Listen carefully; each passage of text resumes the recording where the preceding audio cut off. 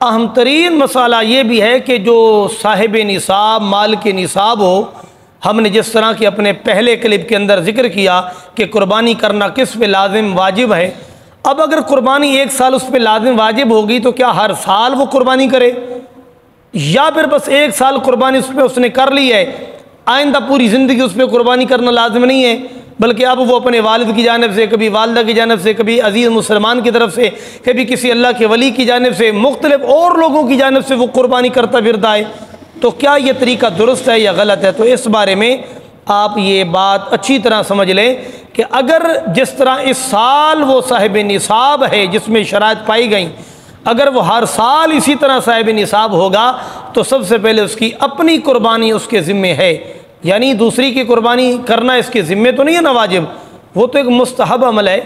ایک نفلی عمل ہے کہ اگر کسی کی جانب سے آپ نے قربانی کر دی ہے تو ٹھیک ہے، لیکن سب سے پہلے یہ دیکھنا ہے کہ اپنا واجب چھوڑ کر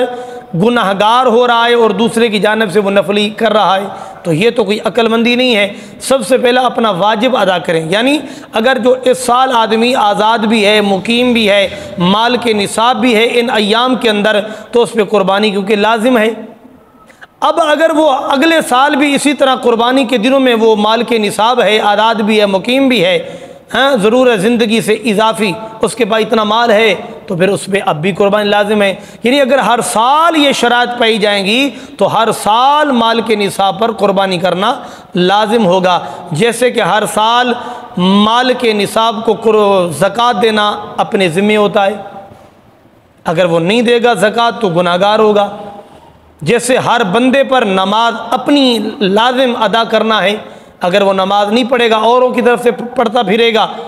تو گناہگار ہوگا۔ اسی طرح قربانی کے دنوں میں وہ دیکھے گا کہ اگر میں صاحب نصاب ہوں تو سب سے پہلے اپنی قربانی اپنی جانب سے قربانی ادا کرے، اور اس کے بعد پھر وہ جس کی طرف سے چاہے نفلی وہ قربانی کر سکتا ہے۔